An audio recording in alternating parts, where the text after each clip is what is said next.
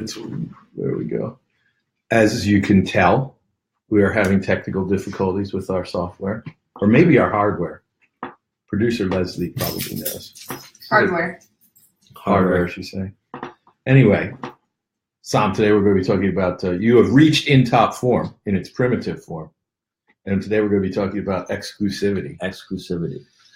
And we both use this in your business and in my practice. Absolutely. And actually in one of my other businesses, so we'll talk about that. But this could be extremely powerful. And Producer Leslie, we don't have a camera on you. This is sad. That's okay. I can just pop in. You can come like right in between. Just like, whoa. There you go. Yeah. And comment when needed. So we'll let everybody join us and get started. Get things fired up.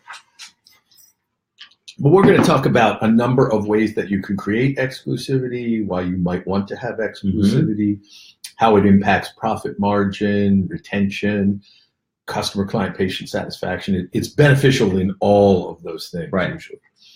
And we'll talk about how you can take what you're already doing and by using exclusivity, leverage it. Yeah. So we'll see if our new and traditional time slot is better or worse.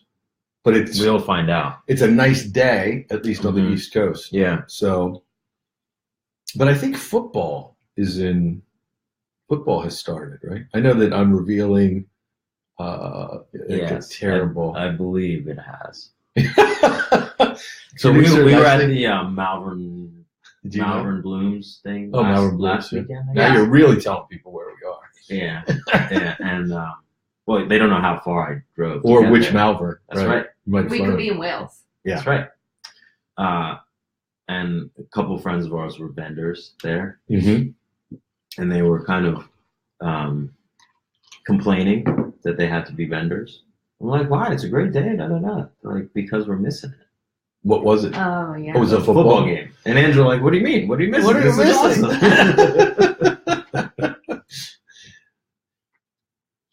So we're giving everybody just a moment or two to join us. Like, we got Alex.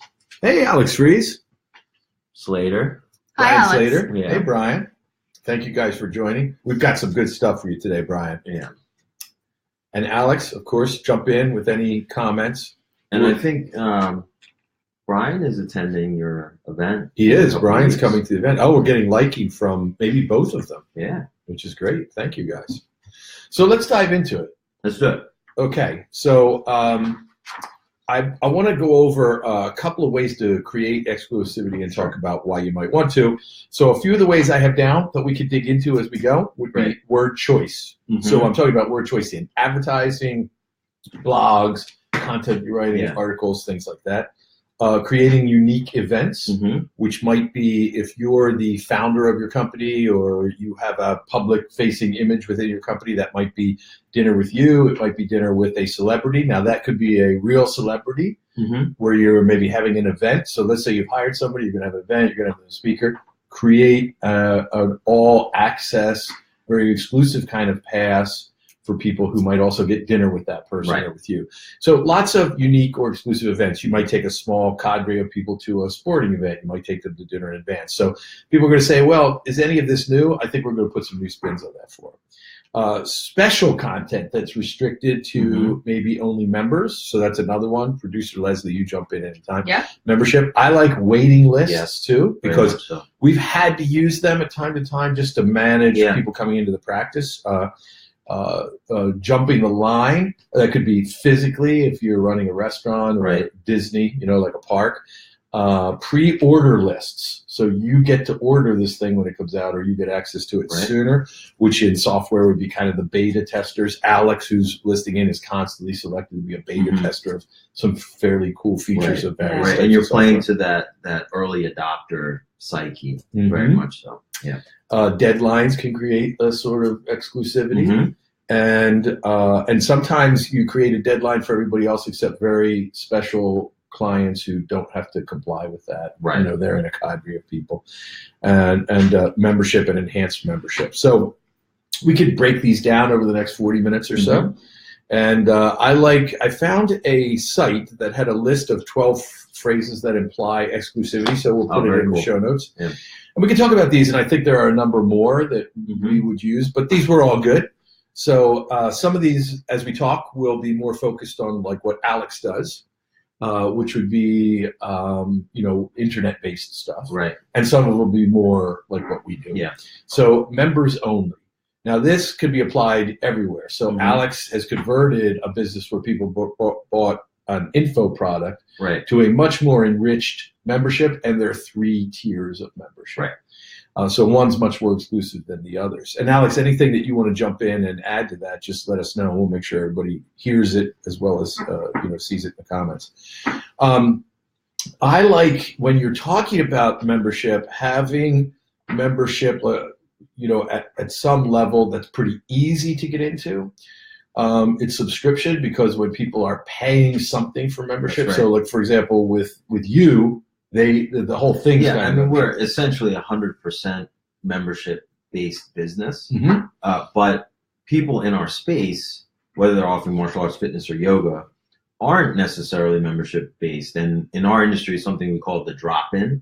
So, you go to a gym, hey, I'm in from out of town. How much is it to drop in? And it might be a $5 fee, a $25 fee, depending on what it is. And for us, that's just something we do not allow, right? So now look, if somebody's coming from out of town and they're a colleague of ours, of course, we'll let them come train with us. But it's really like, you're a local resident and you're coming in and, hey, Sam, I don't want to join a membership. I just want to drop in. It's not an option. So those people who do become members do feel that sense of exclusivity that only members can train here. We don't have people just coming and going, willy-nilly, so to speak. So we have something similar. Clients, when they become a client of the firm, we don't treat it as a transactional thing. Right. We treat it as you're a member. And you get a newsletter and you get information from us and you get emails from us. And there are certain, you can call up and ask, this law changed, do I need to change my will? There's certain benefits of that. So what we've been working on furiously, and we'll probably roll it out in January, is an enhanced version of that, where you're going to commit to paying something and getting something of higher value on an annual basis. And you'll still pay when you do other things, but you might get a discount on that. But you'll definitely get access to things. And this is what we've been researching. What is it that our clients will find as valuable? Because they run across a fairly broad spectrum in terms of age. And not being transactional has enabled you to charge a premium. Yeah. No question about it. And the same is true for us. Competitors in our space that are allowing a drop-in fee, which is transactional. The drop-in fee, if you really worked it out per class, is less than it is to maintain a membership. So they've got lower margin there. Correct. Now, I guess to be fair, for people that are using that model, you also probably haven't spent a lot of money to acquire that person. They found you and come in. So maybe the margins aren't that much worse, but it does have an effect on people who are paying and are in membership. So you got to think about that. So what I like for members only, and I think Alex has, like I said, multi-tiers of membership. He has one though that's head and shoulders above the rest. And I hope, Alex, you don't mind me sharing this, but Alex has 3 levels of membership, and almost everybody is in 2 of them. So I've suggested to him that one maybe goes away, and you add like a phenomenal, I don't know if he'll do this or not, like a phenomenally expensive membership over and above. There's almost no one in the lowest level. Correct. So there's a lesson there. Yeah, his super membership may become the middle one that then gets featured. So more online, login required. But there are ways that even you and I could use this. So for example, I have a website that permits me to put content behind a locked door. And then we can give that to people that have only done certain kinds of things or are at a higher level of membership. And there we would tell them logins required because not everybody gets access to this. We do essentially the same thing. So for members of the gym, they get access to a back end of content, instructional videos, tutorials, curriculum requirements that are not made public. Cool. That's interesting. So here's one, class full. I mean, this could work everywhere. So I've seen it in digital classes, and people think that that's like some kind of false scarcity. But, you and I know how the software works. And in a lot of times there are only so many spaces that you can accommodate with the technology without making it kind of unstable. So I think it's okay when the class is really full to say the class is full. This may be at a place that's running classes where people are dropping in, just putting up a sign. And when people come and see consistently the class is full they want to take, then they're going to be more careful about getting a spot there. We even use this in a way, the same kind of approach, because we will say to clients when we write a newsletter article on like elder law, for example, we'll say we can only do, this is very time consuming. We have 3 lawyers. We can only take 4 clients to do this month. You want one of those, get it. And then we say class is full. So recently, we want to talk about business black ops. It was full. Right. We had 3 cancellations, which is not that unusual. I don't know why I was shocked by it. Yeah. So we opened it back up. We said we've had 3 cancellations. And actually, I think by the time I sent out this sequence of emails over the weekend, did you see those by any chance? I saw them. They're very unusual. Oh, no, that's all right. Well, you're already coming. Yeah. So, but we sent out the sequence of emails, and I think like by the time they went out, we were down to 2 spots left. So we'll see, but that's a class full. That is very reassuring to people, and it reminds them that next year, ooh, there we go. Brian Slater likes that. It reminds them next year, jump in, get it early, because it only comes around every so often. And this idea of class full, I know of a Pilates franchise, national franchise, that does this, and they're by no means the only people that do this. Is they have kind of in their system, look, our classes fill up. If you reserve a spot and don't show, they actually charge you in addition to what you're paying for the class. I go to a doctor, I think like 4 times a year, functional medicine doc, just for like a checkup. And you pay a bunch of money for these appointments, but they spend like an hour and a half with you. And same thing there. And they can get away with charging you if you don't make your appointment, because they've got people like lined up waiting to come and steal your spot in their practice. And so, another example there, even physicians are now moving to a membership model in many cases. Yep. So and membership now closed. Same thing here. When you create tiers of membership, especially where it's going to be for a limited period of time or for a limited sequence of classes or something like that, telling people that it's going to get full, telling them the process, and then closing it and actually staying closed. Now, that may sound like I just contradicted myself, because I said we were full, and then we had cancellation, so we had a couple openings. Yeah. That is, to me, different than saying you're full, and then you just keep letting people in. Right. That's a different thing. So membership now closed, also something to consider. Telling people to ask you for an invitation to an event or something like that. You could say, and I've done this. This sounds weird because if you're an etiquette maven, you're not usually having to ask for an invitation. Right. But like in a newsletter that I published, I said, I'm having a dinner at my house, which I'm pointing this way toward the deck. Right. And you've even been to 1 or 2 of these, I think. And you say, look, we can only have, we had a husband and wife that were cooking a traditional Indian meal that we had purchased for clients at a charity event. Yeah. So it's doing a lot of good things. Sure. But they're only going to cook for 12 people. They're not going to cook for 20. Right. And so we have a real hard number. And so we said, we only have this many. It's going to be basically on a first come, first served basis. Call and ask for an invitation, and then we'll get you fixed up. Yeah. And so this is, I think, appropriate and kind of powerful in the right situation. This is a sort of online version of that. Apply to be one of our beta testers. So for software and people in software, that makes a lot of sense to use that languaging. Right. For me, I wouldn't say be a beta tester of this new program, but I might say you're at this level of membership, you get first access to that. I also think it's okay in classes and things of that sort to say they're full, but we've reserved 3 spots for our VIPs. Right. One of the nice things about this too is when you're telling everybody else who's not a VIP that you're doing that, especially when they get closed out of the class.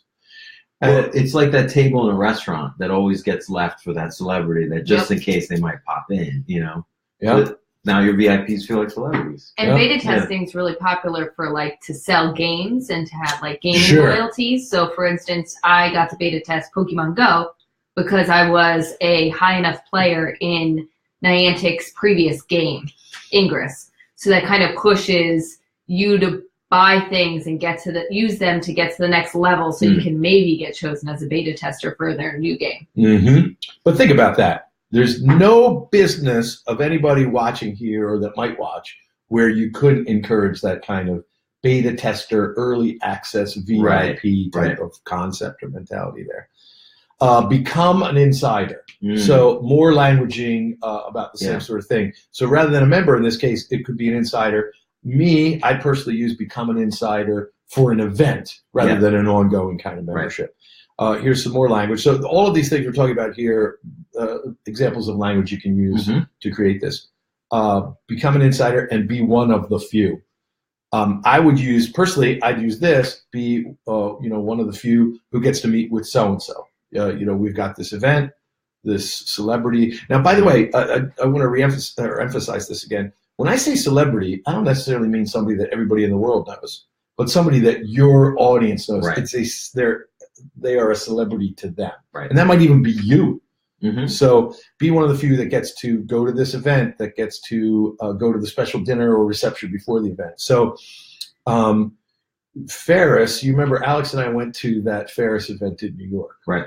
So I don't know that I would have gone, but somebody in Ferris's outfit, or there's the liking, sent me a thing that said, Tim wants you to be one of like 30 people or whatever the number was to go to a VIP reception after. Yeah. So if this thing wasn't even on my radar, but of course it was implicit in that you had to be going to the event to get to the VIP thing. So and also there at that one, there was kind of general attendee, VIP, where you got like an extra bag of stuff. Right. Them. And then sort of, I would say like elite VIP, where you're going to this event. So, we do that with the way you and I and Dave Wyman have kind of structured this year's event. Right. We've got the 2 days, the VIP, and then we added an elite VIP before. Yep. Where they get more stuff than everybody else. And that elite VIP is really about getting closer access to you. For longer and more concentrated, focus more on you. Yep. I like this, get it before everybody else does, be the first to, that kind of languaging. That has worked for me. We're just in the process of launching something at the firm right now. Be the first to hear about it is another variation on that. Yep. So if you are in the early stages of developing an event or some services or a product, starting to share information. We made this discovery. We've decided to go down this route. This is the sort of thing that it's going to be. Here are what we think the initial benefits are. We'll keep you posted. If you want to be on the short list of people to hear about that, on the leading edge of it, then we're going to make that available to our members first.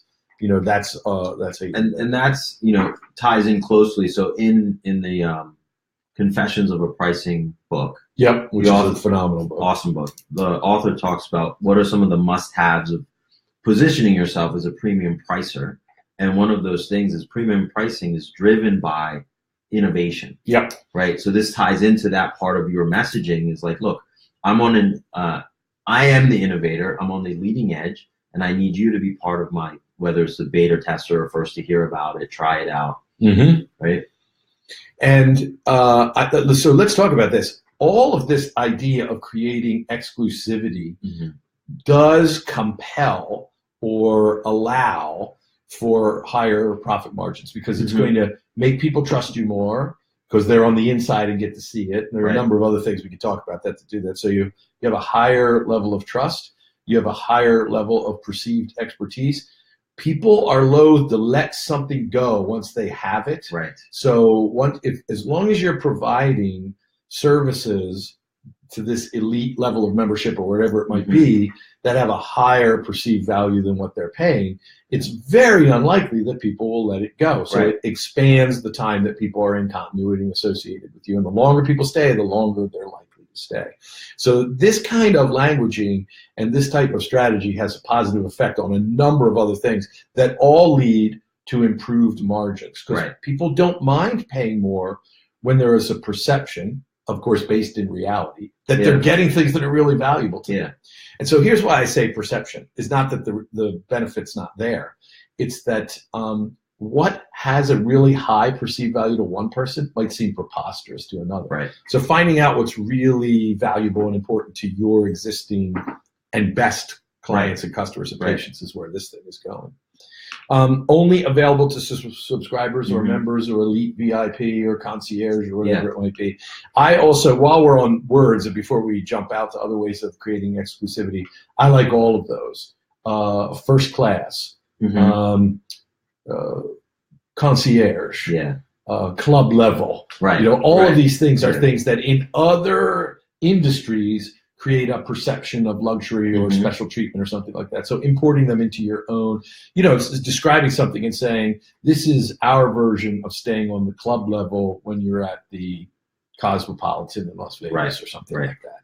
So just a few more examples for you there of language that you can use. It's a beautiful hotel, by the way. It is. I just happened to stay there. I was speaking to an event and fabulous. There was a loud pool, by the way, which was exclusive. It had cabanas surrounding it, and each of them had their own hot tub. Oh, very nice. And then you had to pay or do something to get in there, which because of the loud, I wasn't that interested in. But I did have so I was upgraded to some kind of ridiculous suite because Cosmopolitan is a Marriott property, and I stay at Marriott. So I guess if they have availability, they push you up there. So we're overlooking that pool.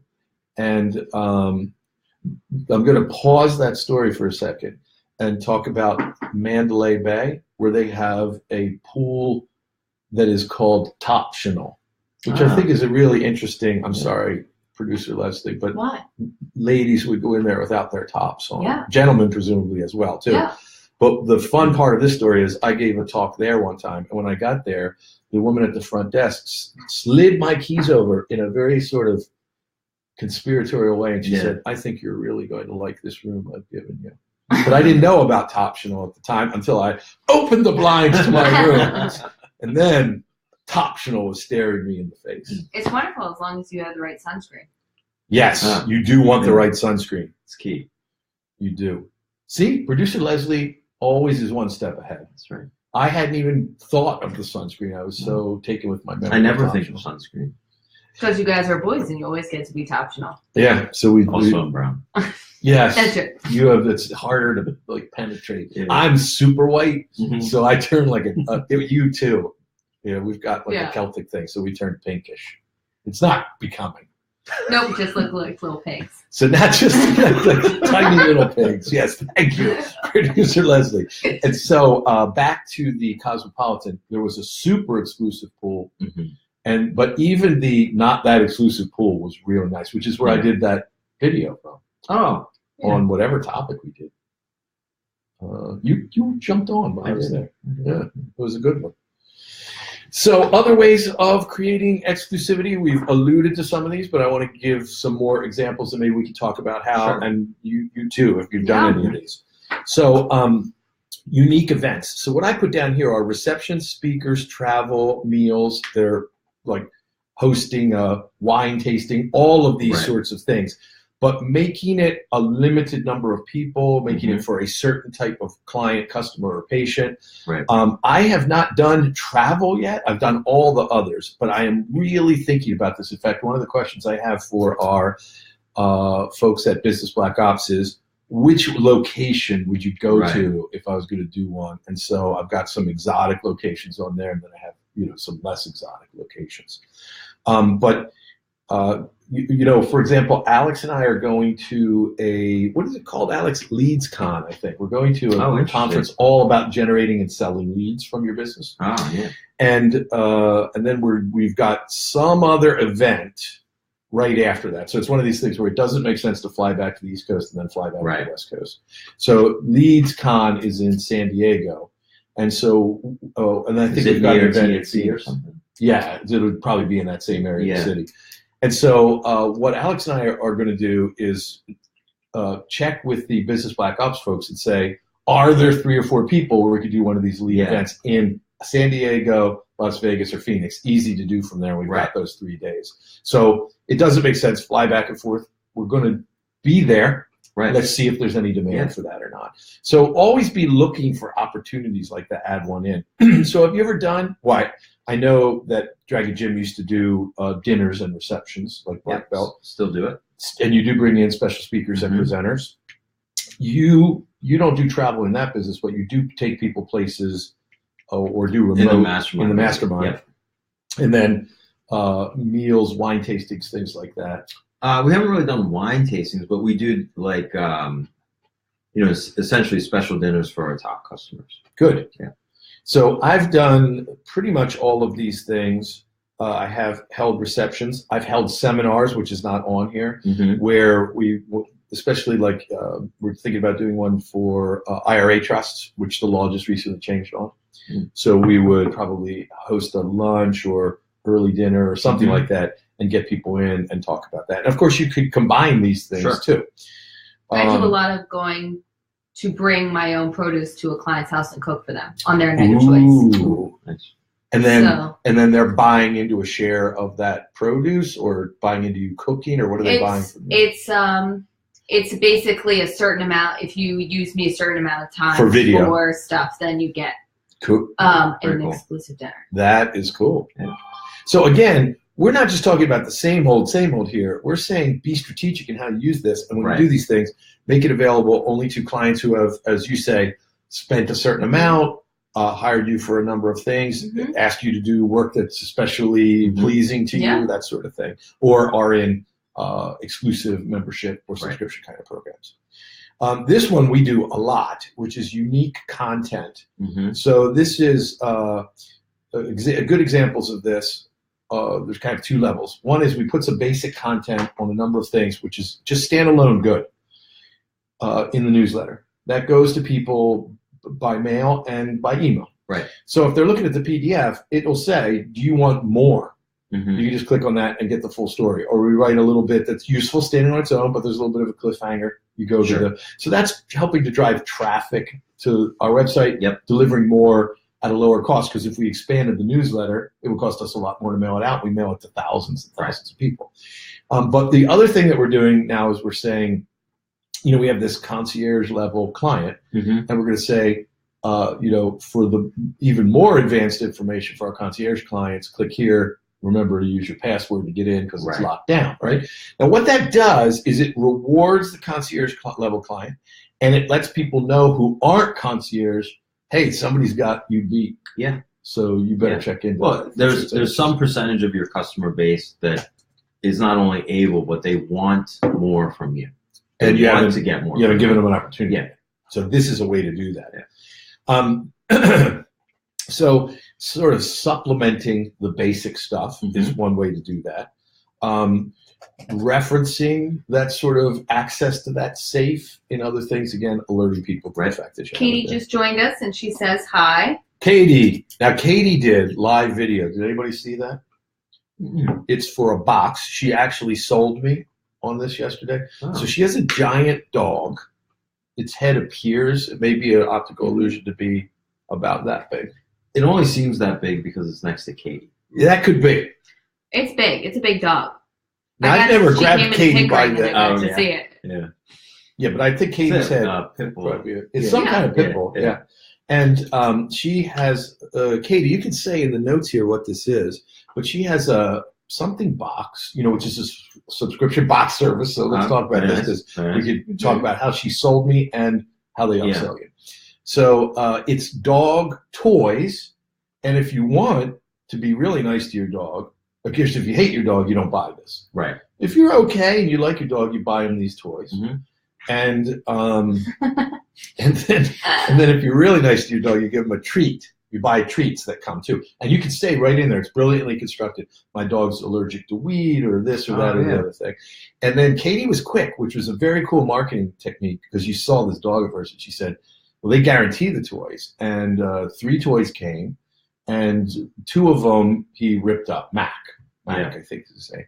And I just sent him pictures of those, and they replaced them right away. Nice. It's no surprise, by the way, that Mac was able to tear up a toy when you look at him. But it was really good. So there was a worry in people's mind if I take this subscription. Then Katie was also quick to note.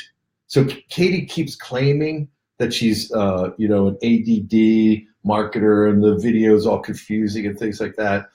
But she got all of these points in that I'm about to talk about. And then she landed people on a page with her affiliate link. Very nice. that was brilliant. And then she said, "Oh, by the way," just casually, she mentioned, "I've got a code that'll save you some more money, nice. and you can just buy a one-off." Now, it's not really totally a one-off because if you buy one, it's more expensive, and you're still in a subscription till you cancel.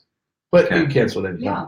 But she got me to buy 3, so lower price because I got this discount of hers. So I took it off of there, and now I paid for 3 months for Tucker. And I'll bet you Tucker could destroy a toy like the best of Mac. Yeah. Oh yeah.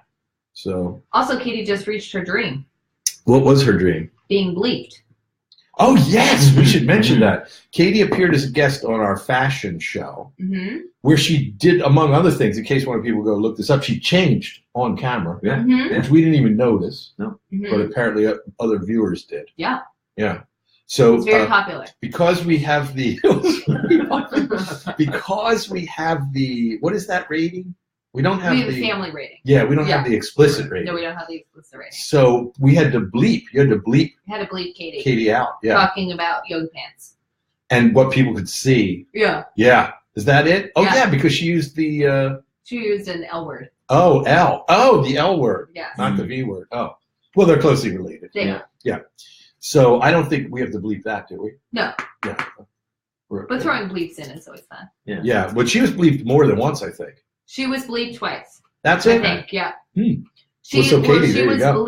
She's very happy. We edited it down, so the stuff that really deserved to be bleeped was at the end of the show, after the show. It was like an outtake. Yeah, Nice. it's gonna show up on our YouTube as a special bleeped outtake. Very cool.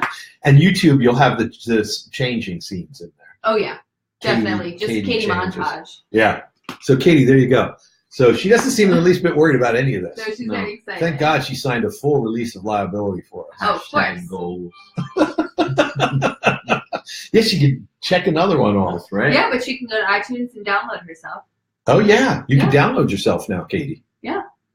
So anyway, the box subscription thing that she did has all of these techniques at play there. And even though they charge you about 10 or 15% less if you opt in for the year, you're locked in for the year. You pay for that up front, just at a lower rate, I think. Right. And so it just has a lot of things going for it. So, did she say what the box's name is? Katie, you could go ahead and you can even put your link in here if you'd like. Put your affiliate link in. That's how we roll here. She said, Bully Make Box. Bully, B-U-L-L-Y. The type of toy that was chewed apart was Power Chewers. Power Chewers. Okay. So we'll see what Tucker does with that. Yeah. But a really good example, if you go through that, of how this works. So Katie, if you want and are allowed to, you could post your link here and you could give them that discount code if you want as well. And then any pet lovers can check it out. But you don't have to buy anything. It's just a really good example of some of the things that we're talking about here. So unique content, I guess, is where we were there, and lots of ways to do that. One of the ways that I do it is that if I find a book that I love, I will give it out to people that come, like, for example, to the event, as you know. But only they get that. Now, I'm going to tell everybody I found this book and I like it. By the way, if you came to the event last year, expect to see it in your mailbox. Right. So now, again, people will say, each time they see something like that where there's value going to those supplies, the event becomes cheaper and cheaper for them. Because they see that if you came to that event, you get, and I try to make it so that event is like a no-brainer. It's a no-brainer. It is a no-brainer. You get, we do those calls in advance too to make sure that everybody, hopefully, if you just go to one or two of those calls, you should make your money back multiple times over before you come to the event. Yeah. Exactly. So, let's see here. Show non-exclusive clients, customers, and patients that there is exclusive content that they're missing out on. So this is the FOMO at play. Right. Now, when we talk about these things too, let's just say that a lot of this stuff is biologically programmed into us. We want desperately, probably one of the single most powerful drivers built into us by evolution is to be part of the group. Right. And there's an incredible fear attached with things that make us think we might not be part of the group or that we can be ejected from the group. Same with fear of loss. I mean, not all that long. You go back 60,000, 100,000 years ago in human history. If you found the right kind of rock and you got an edge on it, you were pretty careful what you did with that rod. You Right. kept that. So we're biologically programmed, once we get something, to hang on to that thing. Mm-hmm.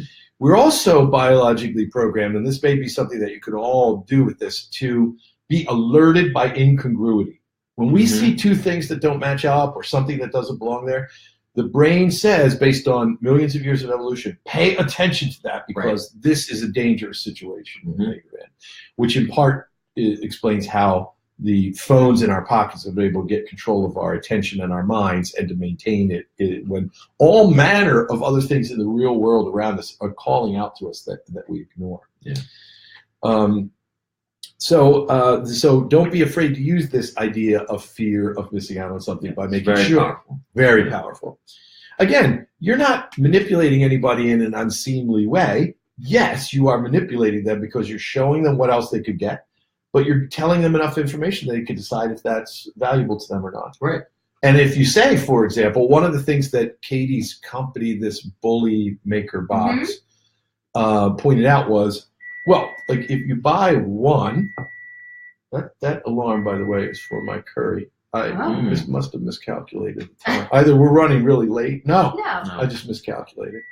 So I'm going to go and turn off the curry. This is like one of the very first one of these I ever did. I did back when, and the chickens were being attacked by the hawk and things. And I left for 7 minutes. And I came back thinking the whole audience would be gone, and there were actually like more people there. So now here's the question: do you want me to talk to people or just stare at them? Oh, here. Do the stare. I'll be Dave. Do the stare. Yeah, there you go. Hop in. But then So also, everybody, welcome Dave. hello, nice to Much see better looking everybody. version of Dave. Justice Pink.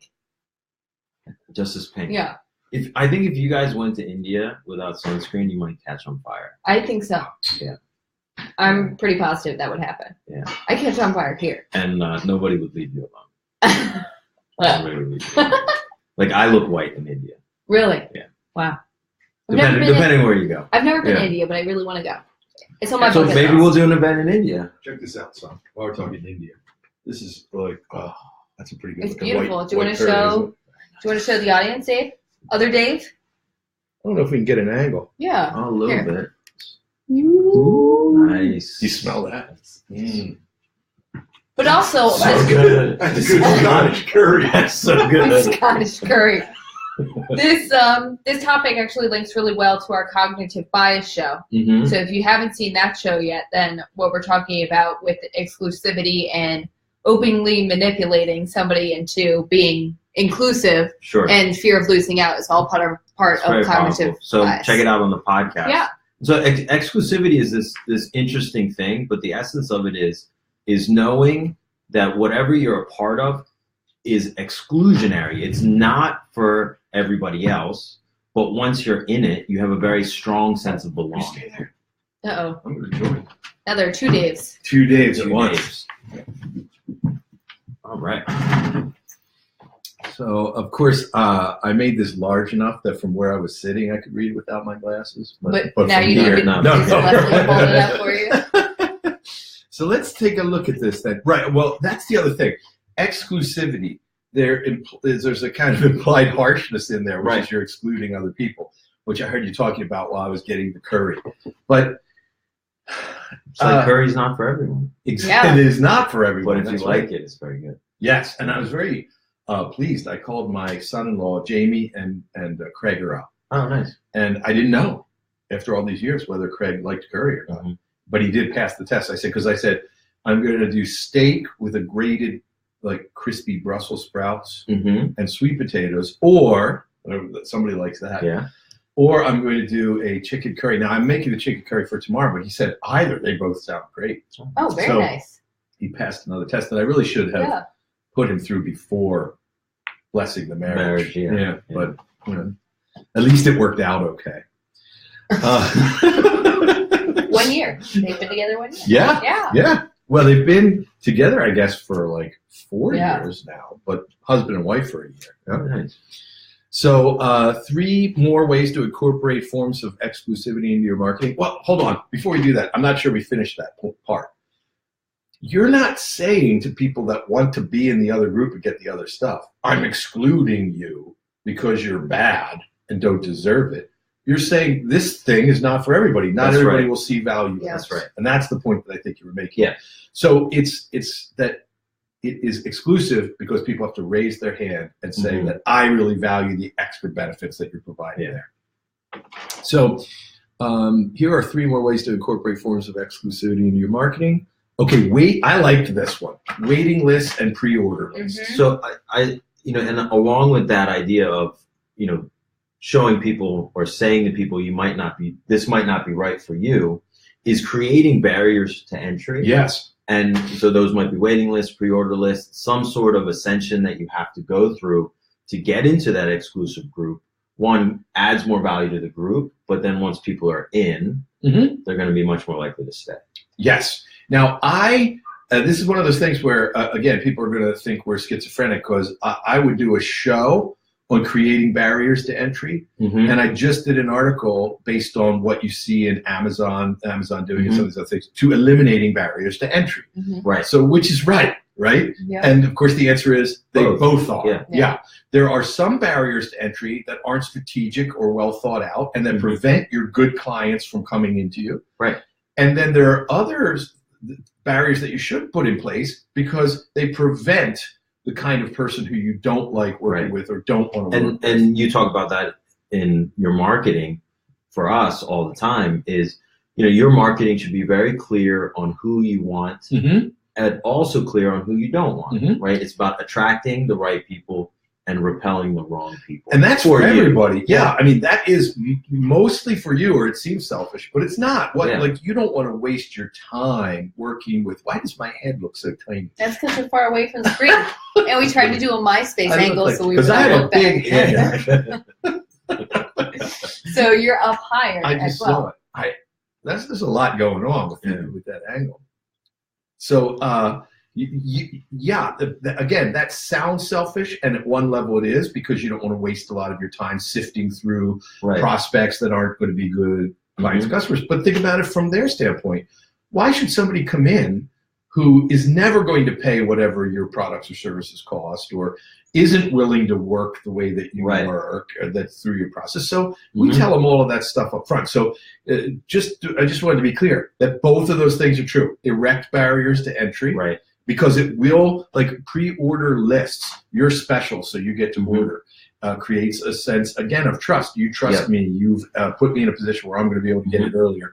And waiting lists, and by the way, if you legitimately have waiting lists, but save a couple places for your premium clients, telling people that you could jump the waiting list works just like it does at Disney World, where you can skip the lines.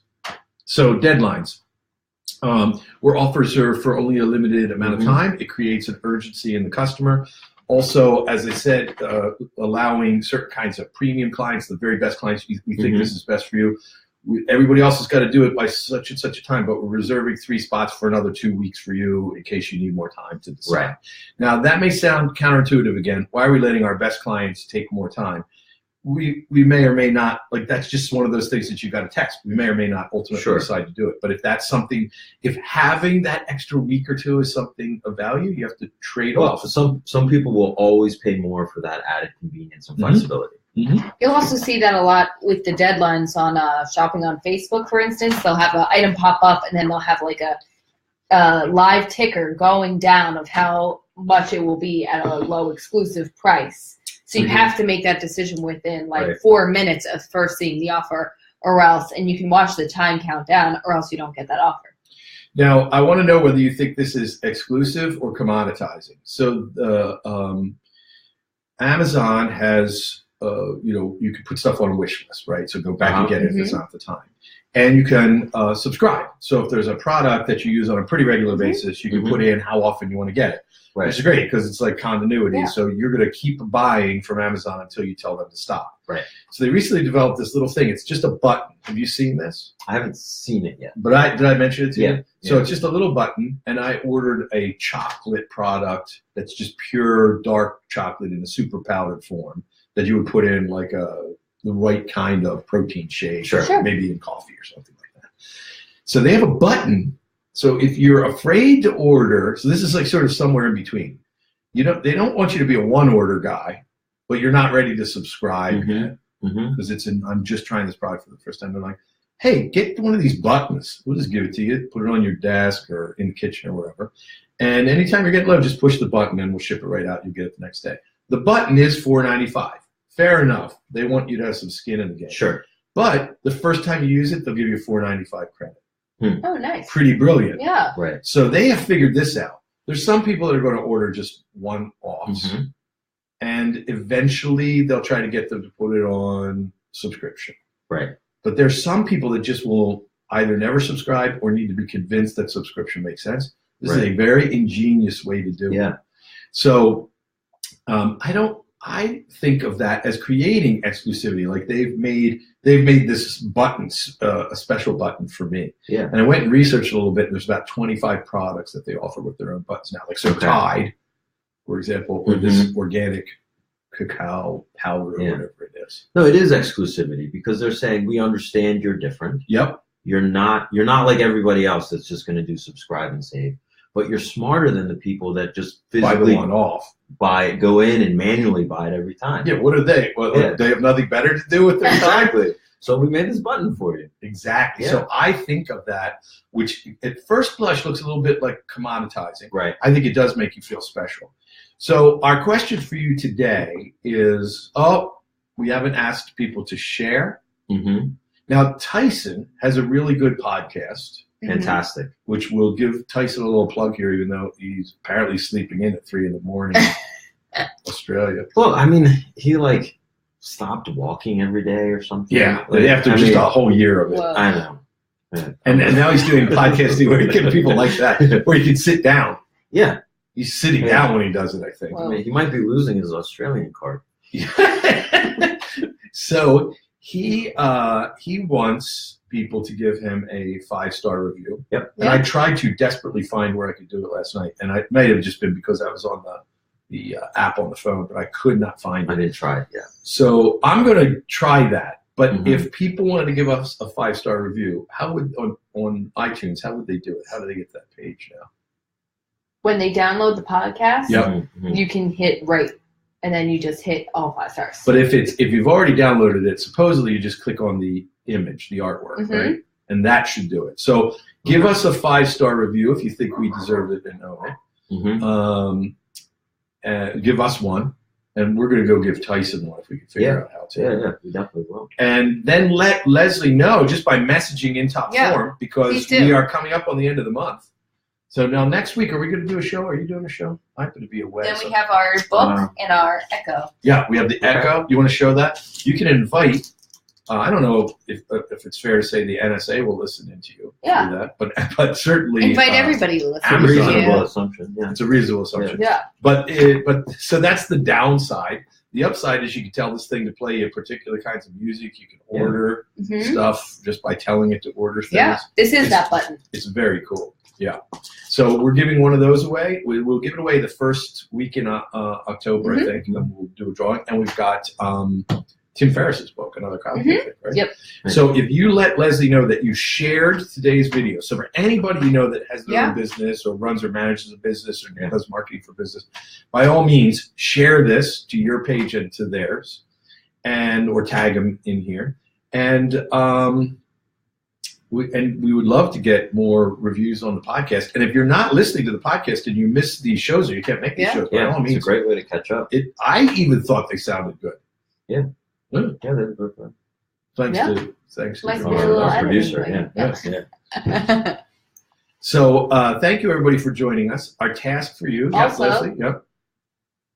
Come back to our site soon, and you will be seeing our brand new cover video. Oh, which looks good, spectacular. Yeah, it's pretty exciting. So that'll be where the artwork for the desk shot has been up until now, and we can use that or the video when we do events. So be on the lookout for this new video, which is and there'll be a few other little Easter egg videos coming out of just Sam and Dave fighting. Oh man, nice! It looked like you may have hit me in the face. You actually elbowed him in the face one time. I got it in slow motion. It's just while you're smart. We're constantly hitting one another. This is what we do. But the look on your face of sheer delight is what's special about it. It's not just that we're making contact. It's like that we're both smiling like imbeciles. Can you still say I need to thank you for providing me that joy of punching in the face. But listen, everybody, it was great having you. Here's your other task, is really write down, not just 1 or 2 or 3 ideas of how you could use exclusivity, specific ways that you could use it in your business to build trust, to build premium pricing, to build a perception in the community of you as an authority.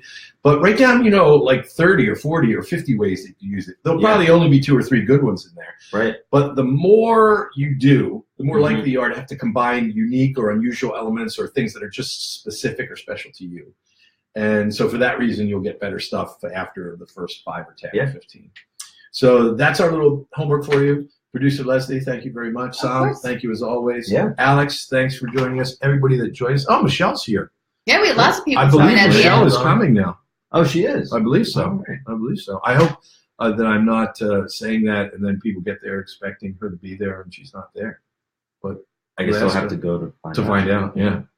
Michelle, great to see you. Thanks. So remember to share this and have a great week.